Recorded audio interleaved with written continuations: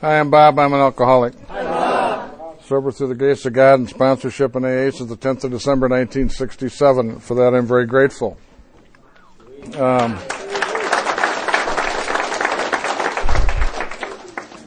went over this morning with my wife and visited my sponsor, and he is 89 years old and he's 54 years sober.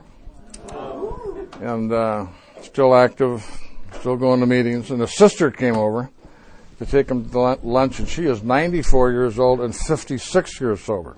So the two of them had 110 years of sobriety going out to lunch. And that's pretty cool. You've already heard a lot about AA and Al-Anon and do this, so we'll do our best to try to cover some territory that wasn't covered before. Prescott brings back a lot of memories to me. I did a lot of drinking in Prescott as a young man, but it was a long time ago. I went down that street down by the river.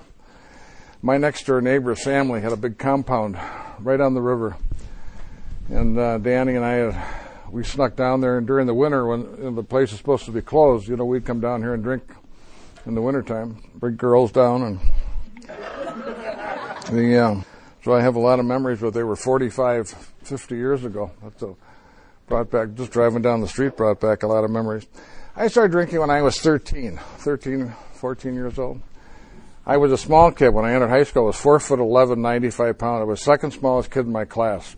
Biggest mouth, but smallest body. And, you feel insecure. You're never quite good at the sports. I was one of 7 kids. I think Mom wanted us to get to school early. So, I think I was on the cusp of whether you go to school that year or not, but she wanted us to go.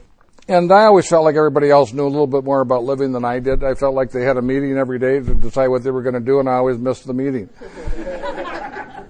Everybody else I was comparing my inside with their outside.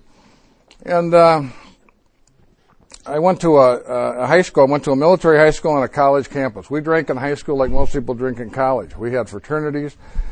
I don't know what, it was really odd, but we drank our brains out. And of my 5 closest buddies in high school, 4 are in AA and 1's in Al-Anon. I mean, of my graduating class of 124, we have a dozen members of AA. I mean, that's a pretty high. We had a lot of alcoholism, we had a lot of recovery.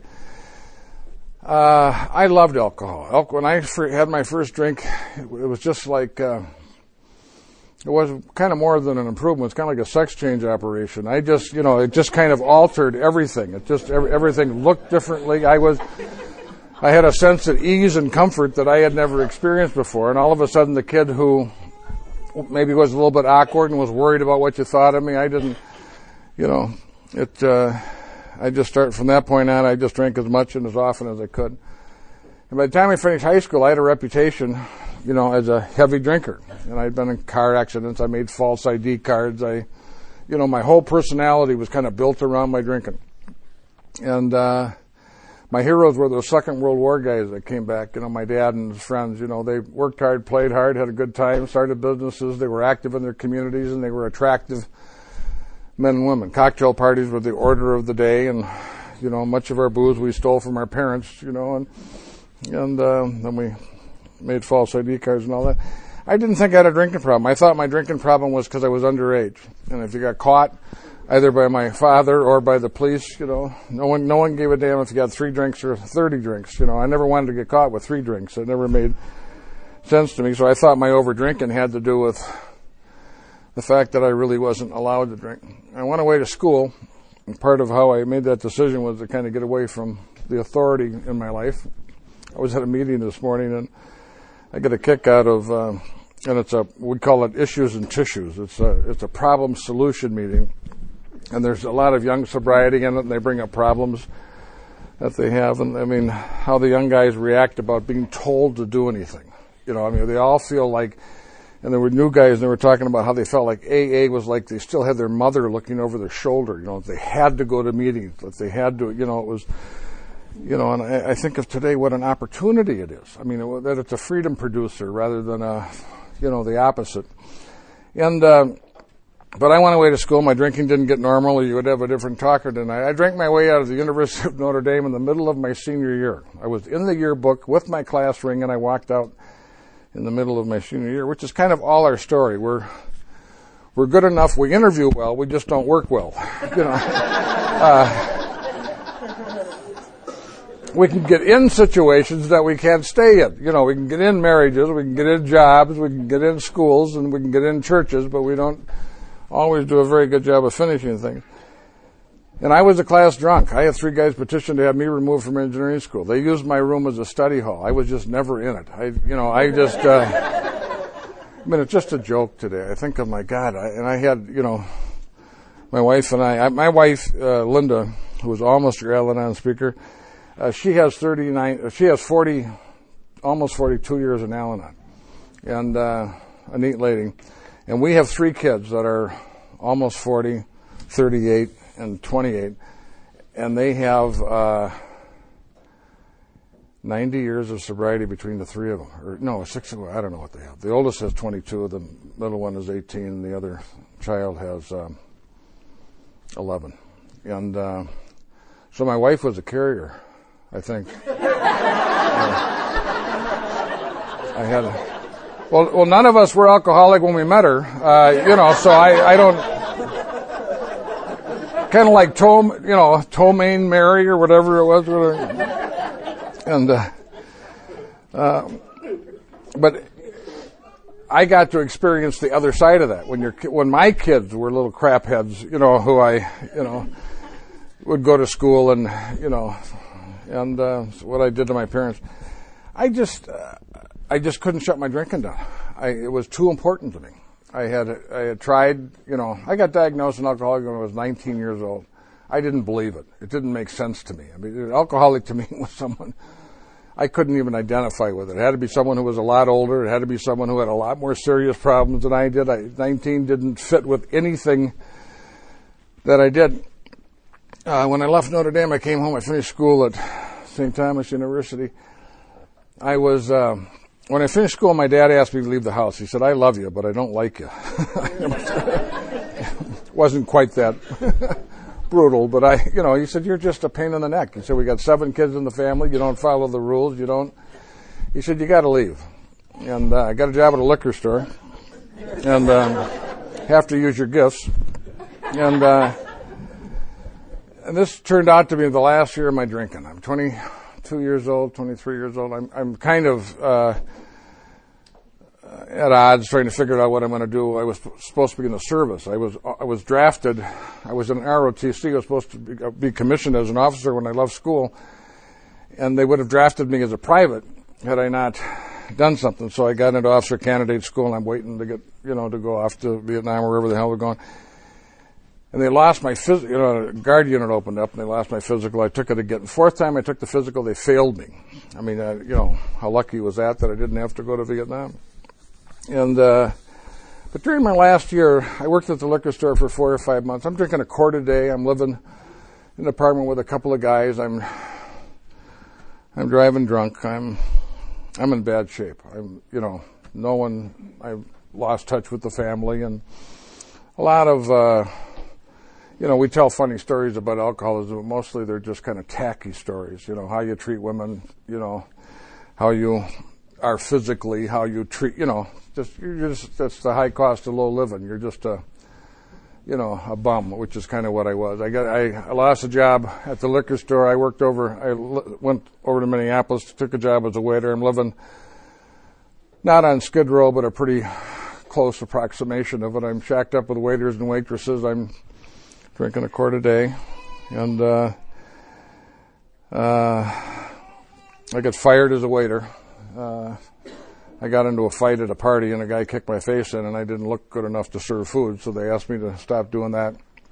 And when that happened to me, I went home. I hadn't been home in like 6 months, and I went home and I asked my father. I had no place to go. I was tapped, and I went back, and my dad he said, "You can move back in the house if you don't drink." And I promised I wouldn't drink. I, of course, lied. I didn't know you could get in trouble stopping drinking. I was drinking a quart a day for the better part of that last year, and when I stopped drinking, I came apart. I was hallucinating. I went to the doctor. My liver, I had an extended liver. Not too many 23-year-olds have a enlarged liver, but I did. And I moved back in the house, and I just kind of drank my way through my withdrawal. And when I moved back in the house, I tried to change my life. I thought if I could change the circumstances of my life, that's what I thought was wrong. I didn't, So I got back together with the girl that I had gone with and broken up with for almost a year, and we became engaged and married. And today, she's still my lovely wife, 41 years. And I've been a constant source of growth for her. And I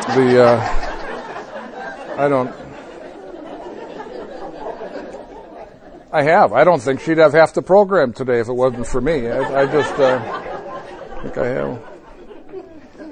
But I'll tell you, it's a hell of a treasure to have a partner in the program. It is, I don't know, I'd like to think we'd be married today if we both weren't in the program, but I know that the happiness of our marriage and our relationship certainly has to do with the fact that we are both in the program. It's just a wonderful deal that you tend to look at your own part in it rather than turn the laser on your wife or your wife turning the laser on you. And it really has been a great deal. And then our 3 boys in recovery, that's been a blessing that's beyond anything we could imagine. But I got back together with Linda. I got a job as an executive trainee in a manufacturing concern. I bought my first car, and I thought, wow, it's finally going to happen. You're finally going to become an adult. Only I couldn't stop drinking. Now instead of the school drunk, I'm the company drunk. I'm in a company of engineers. I mean, I stand out like Rudolph the Red-Nosed Reindeer. I am, corporations are tough places for young drunks. They like to have you come in on Mondays and, like to have you stay on Fridays and, lunch hours. I mean, there's a lot of rules. And I used up my sick leave in about the first 2 months I'm there. I mean, I am sleeping at my desk. I'm a mess. I'm really a mess. And after about 5 months, I quit that job. I remember I went back to that man to make amends when I was early in AA, and he said, I just couldn't believe it. He said, you interviewed so well. I mean, it was... So that's the story of my life. My mother always said, Bob, you're not very bright. Dress well. And I have tried to do that. And so I leave that job. I get a sales job thinking it would give me more flexibility, and I'm working at the sales job, and a buddy of mine gets married, and weddings were always good for about a week, and I went out on a 3 or 4 day drunk. I woke up Thursday in July of 1967, and I was tapped. I was my moment of clarity. You look in the mirror. I mean, you're about as disgusted with yourself as you could possibly be. Hadn't been to work in 3 days, and I'm in the same suit that I've been in for a couple of days, and if you ever felt like a horse's ass, that was certainly the time. And all of a sudden, the recommendation of my dad and my psychiatrist that I call AA didn't seem like such a dumb idea, and I called Alcoholics Anonymous. And I was worried about the girls were given the rings back in those days. They didn't think we were that good of a catch. And but I found out I was still engaged, and I called work and found out I still had a job, and my parents were still going to allow me to live at home, and I thought that my calling AA was kind of an overreaction. And but you think of it, in 67, not too many 23-year-olds would identify with. Now that's just about the time that the treatment phenomenon started to go on, when we started to get a rash of younger people. We didn't have many younger people. But I called AA, and I was curious to see what an alcoholic looked like. So I went and I met these 2 guys. I was at St. Clair Broiler in St. Paul, Minnesota, and 2 guys came up and talked to me. And one guy had 6 years and one guy had 6 months. And when you're young and in trouble, you get put in front of a lot of people to try to help you. Judges, lawyers, Indian chiefs, policemen, psychiatrists, psychologists, bishops, nuns, priests. I mean, I had been helped a lot. And but you're generally the subject of the conversation, but not a participant in the conversation. You're the but I had never talked to another person who had a drinking problem, and that day I went out and I talked to these 2 guys, and they said, we're from AA, we had a drinking problem, we found a solution to our drinking problem, we want to share it with you. We hope it helps you, But if it doesn't, don't worry. For some strange reason, it helps us talking to guys like you. And I thought that's, pretty good. They weren't trying to, wasn't a multi-level marketing deal. They weren't getting a toaster for signing me up. And they told me their drinking story. And it changed my life. We have many traditions in Alcoholics Anonymous, and probably the most wonderful one of which is that we share our experience, strength, and hope. Not our thinking, not our ideology, not our philosophy, not our dogma. We share our lives. There's a power in sharing your life with someone. There's an authenticity in it. And I found the similarity. I identify with those guys about halfway through their story, and that night I went to my first meeting of Alcoholics Anonymous. I drank twice after they called on me. Once after a month, I went out on a business trip to the West Coast, and I was told to call AA, and I didn't, and I drank. And then I had almost 3 months sobriety, and Linda and I got married in Mexico, where the divers dive off those cliffs, and I dove off those cliffs on my last drunk. I was in the audience watching a world high diving contest. I thought, God, that's not so tough. And I dove off the public landing, climbed up to about 85 or 90 feet, split my swimsuit, cut my leg. My wife is going absolutely nuts. Here's this horse's ass stuck up on top of this cliff. And I'm trying to decide whether to jump or dive. I'm looking at the waves, and I'm much too drunk to climb down. And I couldn't climb up. And finally I figured out, screw it, and I dove, and God watches after fools and drunks, because if I would have jumped, I would have died. You have to get out 30 feet to hit the center of the channel. You can't jump that far. Now, I don't know, I didn't, did not know that fact, which is a pretty good fact to know. And for a number of years, we went down vacation down there with the kids at that same hotel at La Quebrada. And my wife, at my 10th anniversary, my wife gave me a picture that said, "There but for the grace of God." And it was a picture of the chasm at La Quebrada. And we were watching the divers, and I said, "That's the dumbest thing I've ever done." And she said, "Honey, it's not even in the top 10. So I don't know how you can share a life with someone and see it so differently. I had a number of years ago, I was gaining weight, and I wanted to get some exercise. I told my wife, I'm going to buy a bike. And she said, fine. So I got a Harley. And and she got irritated. I thought it's tougher to please as time went on. And but I came home. I had my last drink on the airplane, December the 10th, 1967. And I came back. I was embarrassed to go to the meeting. And she said, "Oh, for God's sakes, call Warren." I called Warren, went to the meeting. I can remember going to my first meeting. I have the same sponsor that I had walking in 1967.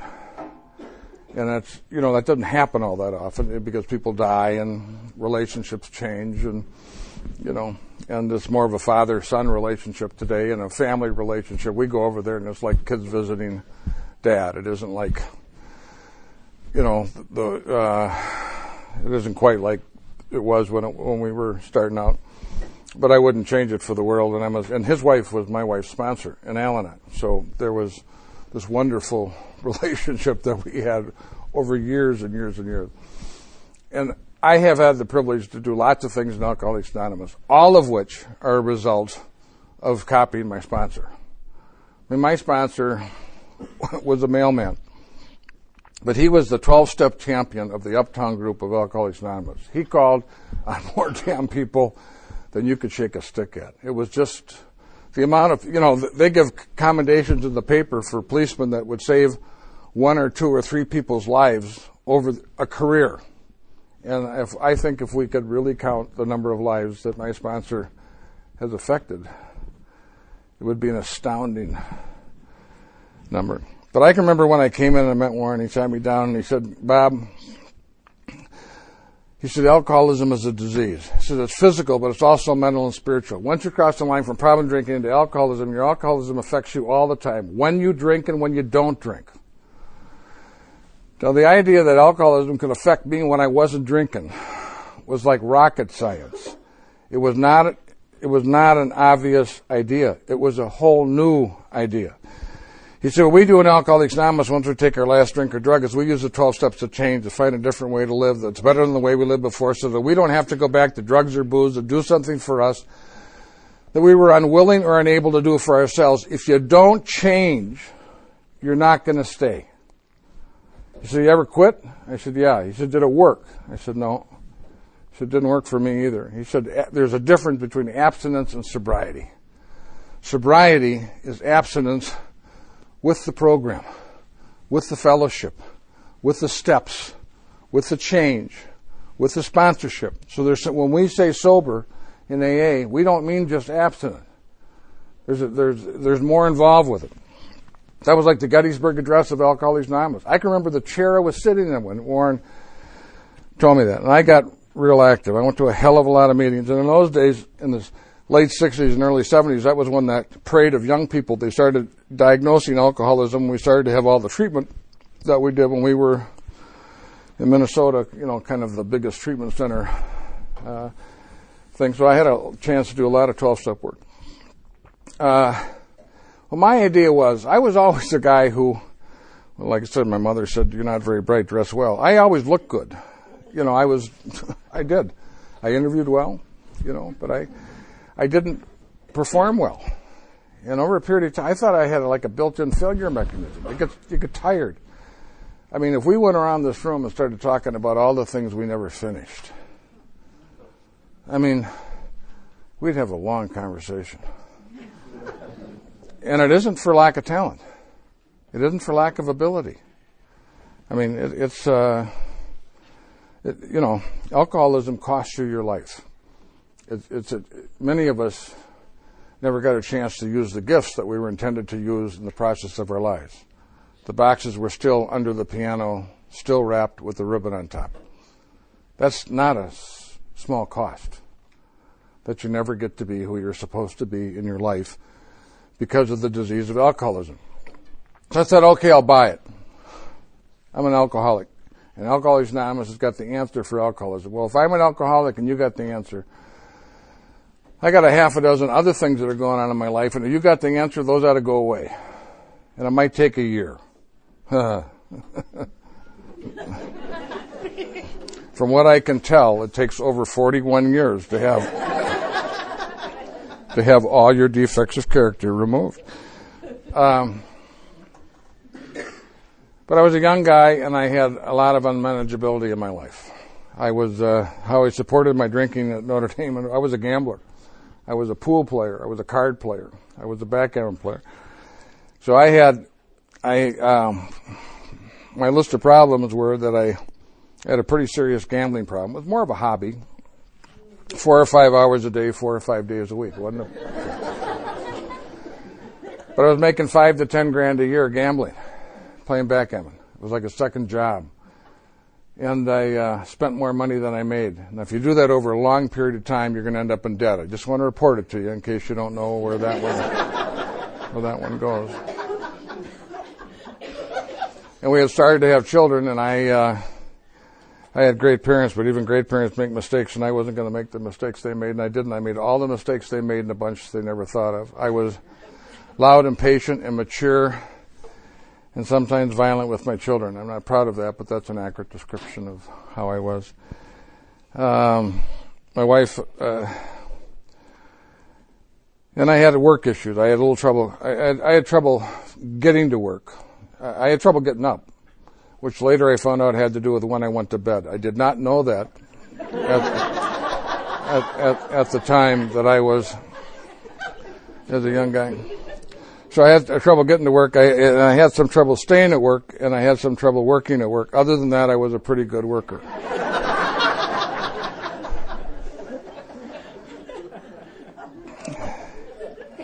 And you laugh at that. It's really funny. You can't have much of a life if you don't know how to work. And there's a lot of people who don't have that issue. It seems like we leak in different places. I mean, there are guys and gals that have had good work ethic all their life. I didn't have that.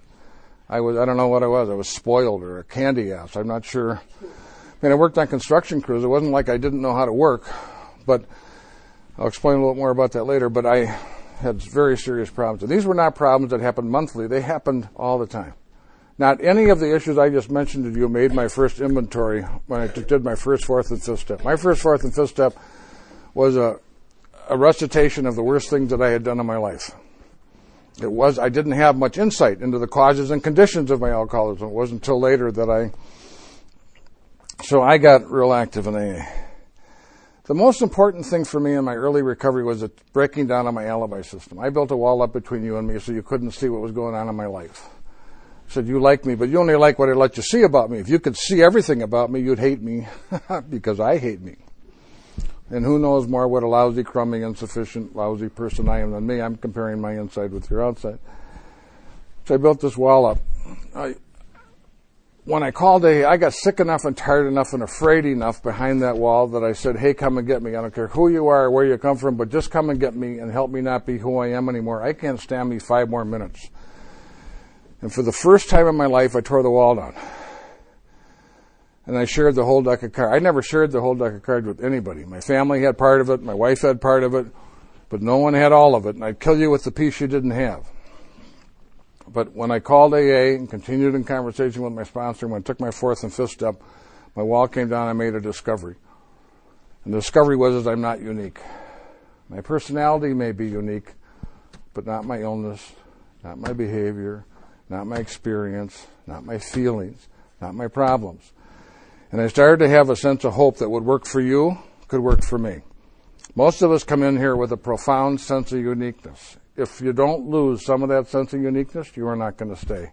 You're going to look for the differences rather than the similarities. And after I tore that wall down and I committed myself to my sobriety, I had a honeymoon of 6 to 9 months in Alcoholics Anonymous. The circumstances weren't great the first 6 to 9 months, but it was wonderful. I'd ask a question, I'd get an answer. Then after I was sober about 9 months, I'd ask a question, you give me an answer, and I wasn't sure you were right. My ego started to come back, and I didn't have a very good list of my defects of character during my first year, but during my second year, I compiled a pretty good list, and I started to work on the things that the work habits and the money problems and the gambling issues. And my wife was arguing with me because I was so active in AA. I'm going to 6, 7 meetings a week, and she's seeing less of me. She's a nurse. She's getting up at 6, and she's coming home, and she's in bed when I come home from the meeting, and we're like ships passing in the night, and she thinks all of a sudden I'm this AA fanatic, and I don't, I want to hang out with 60-year-olds, and we're 23, and, all this stuff. And so one by one, I would take these issues on and I'd try to work on them. And it was like I didn't have a full appreciation that these were things I was supposed to use the program on. It was kind of like, you get me sober and I'll learn how to be a husband. Or you get me sober and I'll learn how to work. You get me, And I didn't know how to do those things. And so I kept having these problems. I can remember those problems started to bother me in my first, second, and third year of sobriety. In my fourth and fifth year, they started to bother the crap out of me. In my sixth and seventh year, they started to eat my lunch. And in my sixth and seventh year, I started to think maybe I might have to leave Alcoholics Anonymous because it's not working. I felt like I had sponsees making more progress than I was making. Didn't seem fair, didn't seem right. I remember the new guy'd come in with a bushel basket full of manure, and I'd get him a cup of coffee, and we'd sit down after the meeting, and he'd share all the problems, and I'd say, hey, as bad as it is and as hopeless as it seems, you're in the right place. You're just where you're supposed to be. Don't worry about it. Just get a cup of coffee. If you find a sponsor, get into the book, do the best you can with the steps, and stay here and don't drink. You're going to be fine. You see that guy over there? 2 years ago, God, he was a mess. And I said, today he's knocking it out of the park. I said, you're going to be okay. And then I get in the car and I drive home 11 o'clock at night, and I say, Bob, when are you going to be okay? I mean, you're sober 5 years, 6 years, 7 years. You just bought a $400 sport coat at a store that you got a $400 bill at. When are you going to stop buying things with, that you can't afford with money you don't have to impress people you don't like? I mean, didn't have a very good answer for that one. When are you going to stop gambling? When are you going to learn how to work? And I didn't have a very good answer because I'm sober 7 years and I'm trying pretty bloody hard to change those things, and I feel like I'm on the down escalator walking up. And I kind of knew what the answer was. The answer, I think, had to do with finding out what God had to do with Wednesday. I had a lot of good examples of recovery.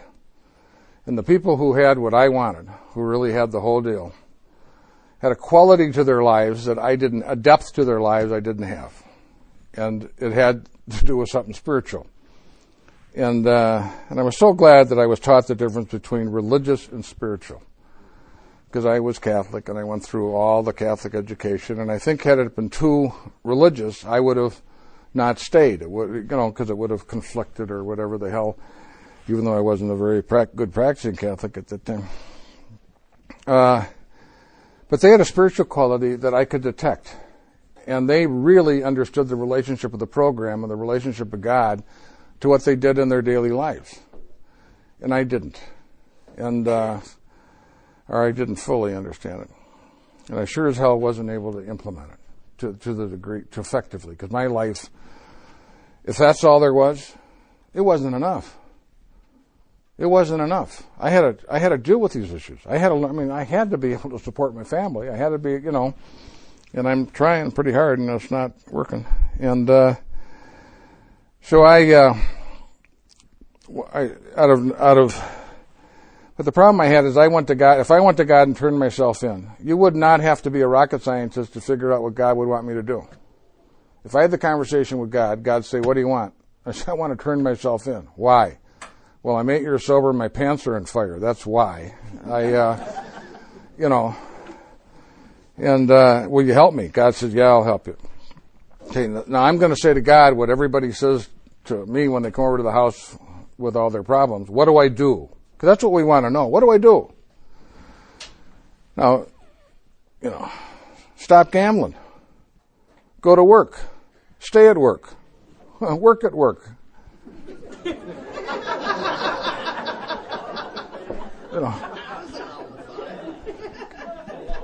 Get on a budget. I think it's an Al-Anon term. It's a harsh word that I'm not sure applies to Alcoholics Anonymous. And be kind and loving to your children and your wife, and stop gambling. And I'm going to say, hell, if I knew how to do all those things, I wouldn't need God. What the hell do you think I've been trying to do for the last 8 years? That's exactly what I've been trying to do. And I haven't been successful at doing it. So what's the use of developing a relationship with your God of your understanding if you can't fulfill the conditions of the relationship? And I was stuck in that place for 3 years. And I think out of fear, and I thought, God, do I have to go to a program for gambling? Do I have to go to a program for spending? Do I have to go? I thought, you're going to be a busy guy. Already I'm more busy than my... And it kind of felt like the rest of my life felt. It felt like you did a great start, but you're not a good finisher.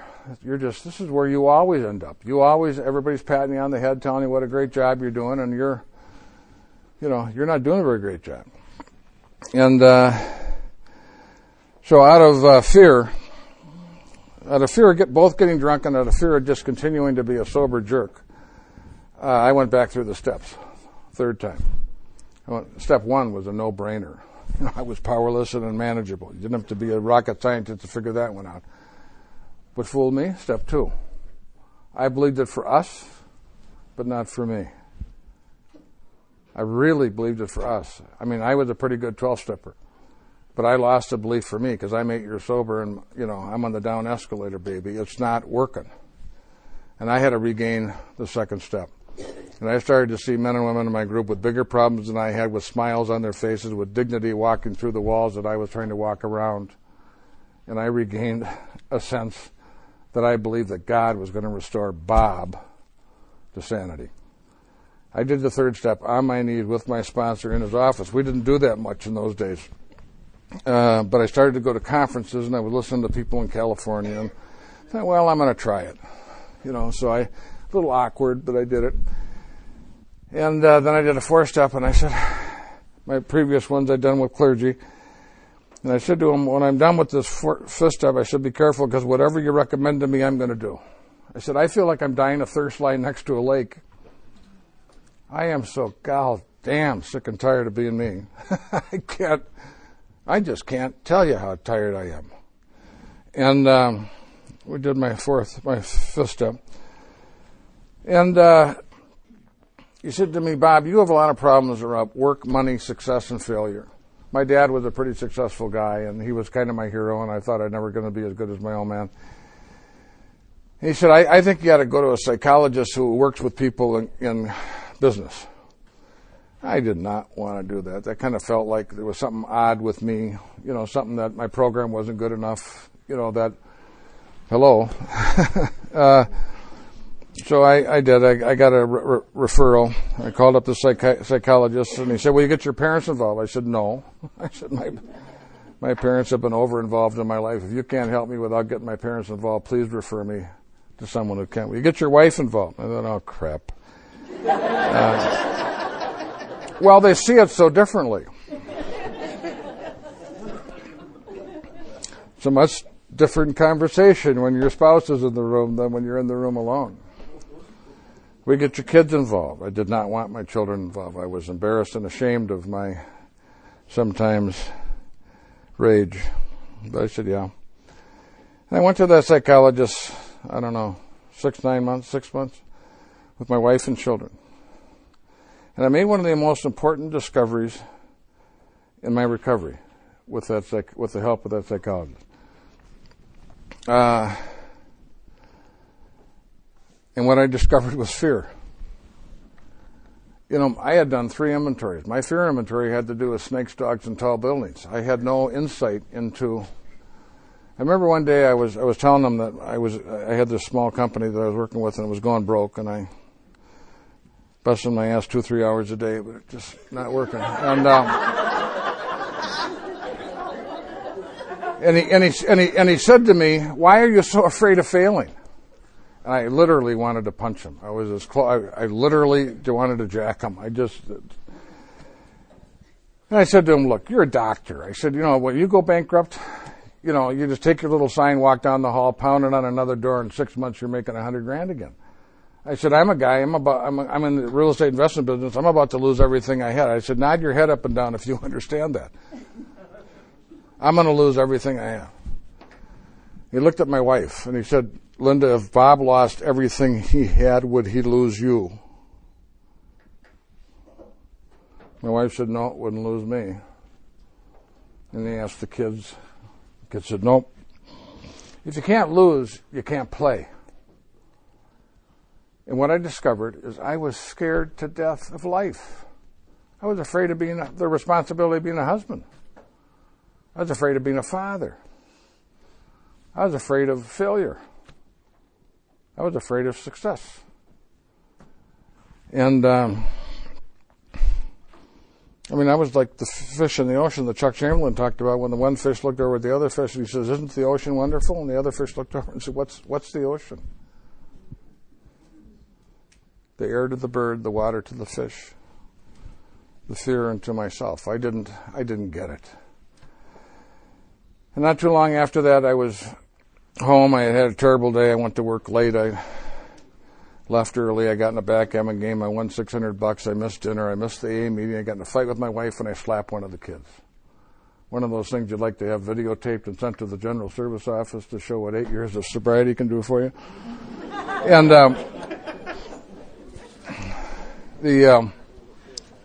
and I said, gee, it happened again. And I said, it happened again. Weren't you there? And I said, yeah, I was there. But it's so habitual, it's almost as if I'm in a blackout. I don't even have to think about it. It's kind of like and all of a sudden I realized that was a bunch of crap. I realized that my life was the way it was because I designed it that way. I sounded like a guy who wanted to quit gambling. I wanted to gamble whenever the hell I wanted to gamble for as much money as I wanted to gamble and not have problems because of gambling. I wanted money without work. I wanted my wife's and children's love and affection without spending time with them. Not a very good design. And all of a sudden I realized that I had tried as hard as I could to change, and I had failed. Now, I had that idea before, but for some reason, at that moment, that idea was okay. It never had been okay before. And I had this idea, maybe I was exactly where I was supposed to be, and I was given the opportunity to take the 6th and the 7th step of the program of AA. The 6th step said that we were entirely ready to have God, not Bob, remove our defects of character. The 7th step said that we humbly ask and remove our shortcomings. I had spent 8 years trying to get rid of them. I don't have the power. I have the responsibility, but I'm the pipe, not the well. It happens through me, not by me. And that night I got down on my knees, I took the 6th and the 7th step, and 4 of the major problems in my life disappeared that night. Such is the power of the program and the power of God. I had to put some things in place to support that.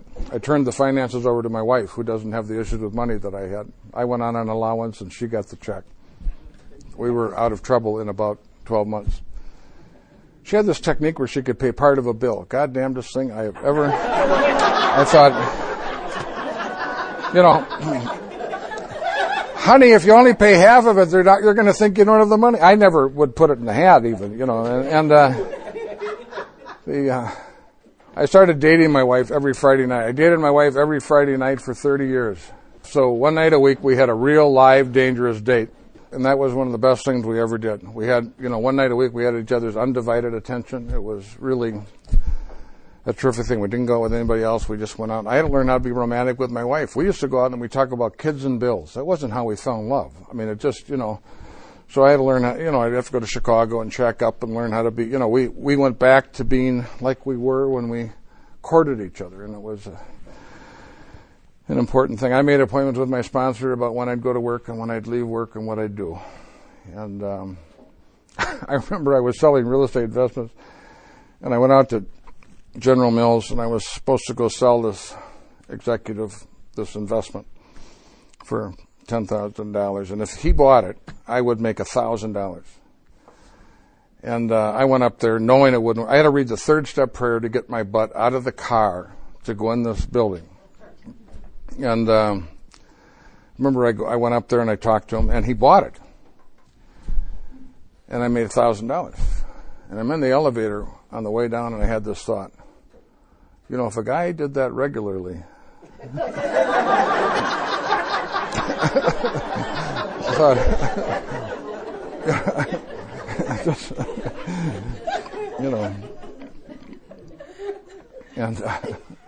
and that night I quit gambling. And my life took off like it was on a rocket ship. All of a sudden, the guy who couldn't work, we built a company up with 400 or 500 employees, and I made enough money to burn a wet elephant over the next 10 years. And that was my deeply shallow period.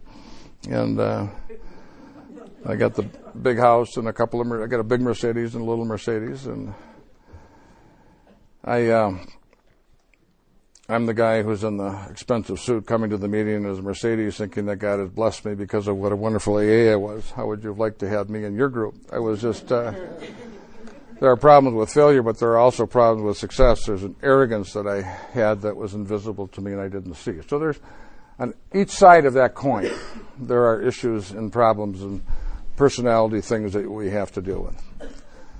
And then in 1986, they passed the Tax Act. And between 1986 and 1994, I lost everything I had. I lost $8 million in 3 years.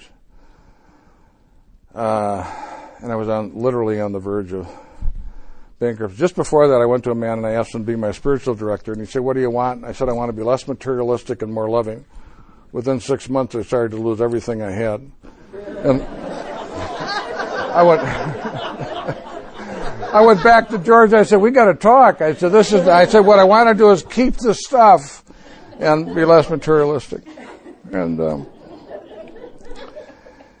that was at the same time when I was in a thing. And when we talk in AA, sometimes we talk like we really have it all together. I'm 40 years sober, and I could give you a lecture or a sharing on any step or tradition, or I know a lot about AA. And I could share back with you about that period of time, and it would sound like the program really stood me in good stead and I did a great job. But I want you to know for about a year and a half, I was under my desk, sucking my thumb in the fetal position. I was a basket case, going to 5 meetings a week. This was not like losing my, changing my clothes. This is like tearing the skin off my body. If any of you in the room are praying to be a millionaire, include the idea of keeping it. Never occurs to us if we ever got it that we wouldn't keep it, I was in as much pain as I've ever been in. And thank God for AA. Thank God for my wife. Thank God for my sponsor. I think without that stability in my life, I would have done harm to myself. It was the toughest period of time I ever had. And but I think during every tough period of time, there's something to learn. And I was supposed to learn about who I was with money and who I was without money. And I didn't like the school. I didn't, but the lesson's been important to me. I'm having the lesson again right now. This is the new Lent. Someone called this financial collapse. I heard an Irish lady came back from Ireland and said they're calling it the new Lent in Ireland. Asking each other, what are you giving up?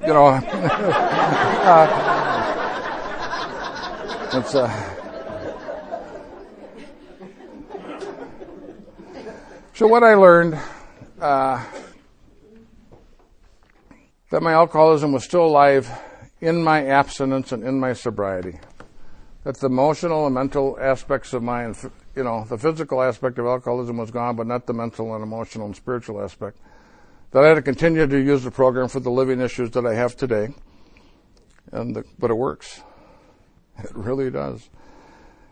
And that I am powerless in ways that I don't. And if you're not careful, you end up thinking that you're not powerless. You end up thinking that you know about the program. You end up thinking that you know what to do. The problem is not knowing what to do. We all know what to do. Every guy that comes over to my house to sit down and talk to me and have a cup of coffee with the problems that they have, they always know what to do. Once in a while I say, okay, quiet. Talking for a half hour, they do the dump. And I say, pretend I came to your house with this thing. What would you tell me to do? They always know. They just can't do it. They know what to do. So it's not lack of information, even though we always want to go back and inventory it. It's lack of power. The answer is surrender, but how do you tell someone because that's an act of God? If it was mechanical, that's one of the things today is that there's so much teaching about the program that sometimes we get the impression that if I get the right information, the best tip, listen to the guys who are really the best technicians on the steps, so there's just something that I'm not doing right. And there's always something we can learn in that process. There's always something in the study of the book or listening to someone. But it's not technique, it's a matter of heart. The program is not a change. It's a change of being, not doing.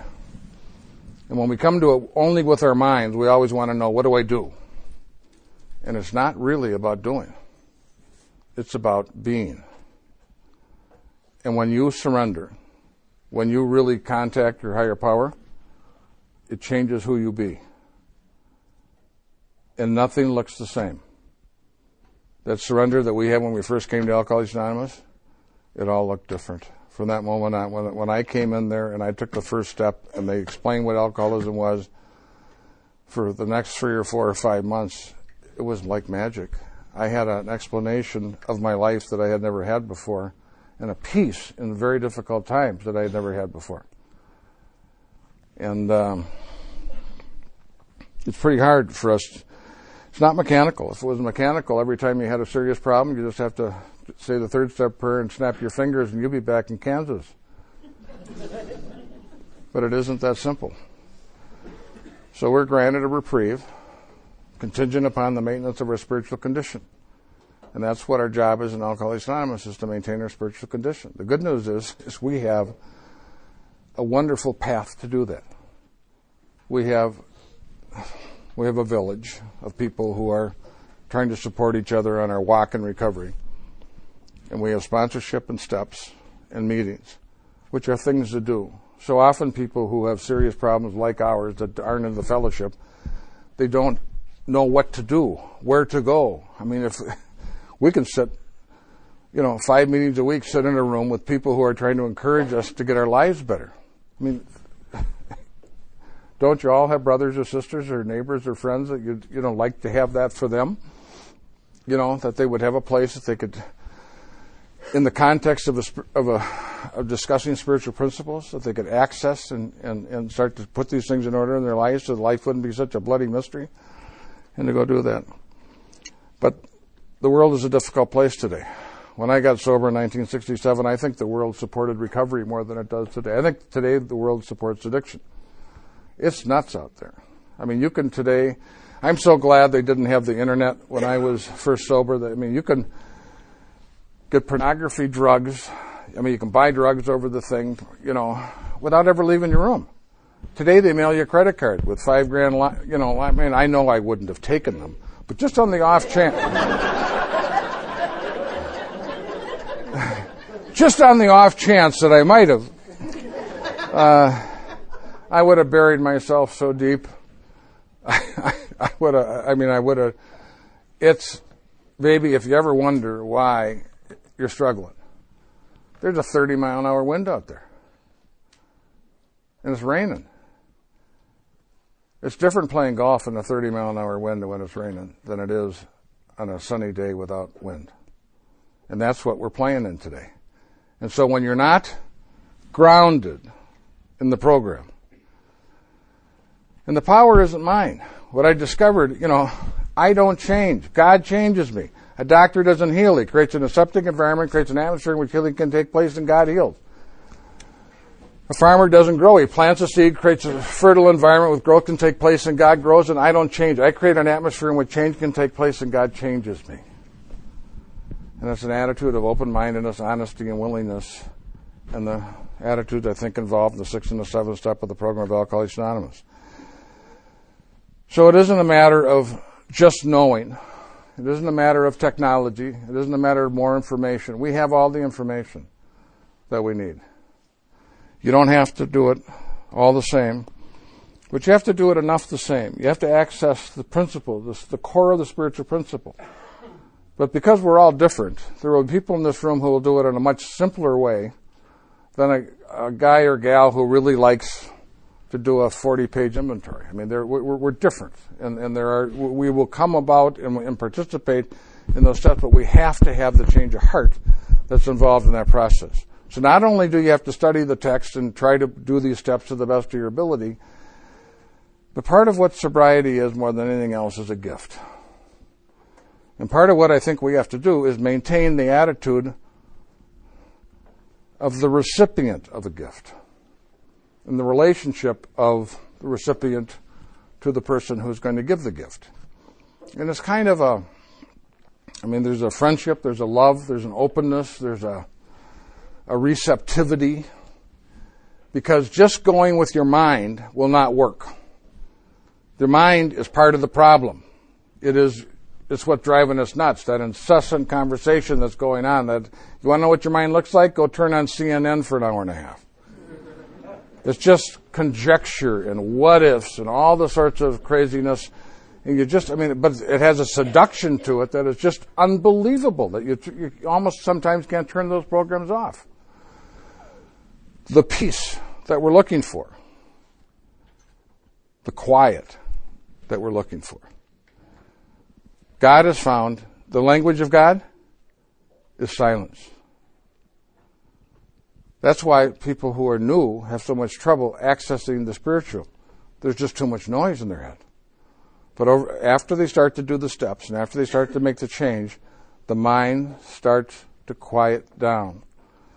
And when the mind starts to quiet down, you can start to hear and access the deeper parts of you, the knower, the higher power, the spirit of the universe.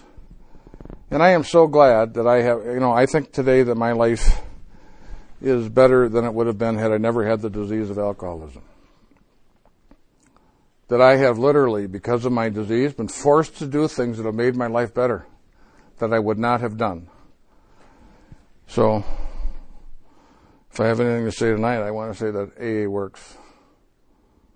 I know more about who I am when I'm in this room than I do any place else in my life. Thank you for my life.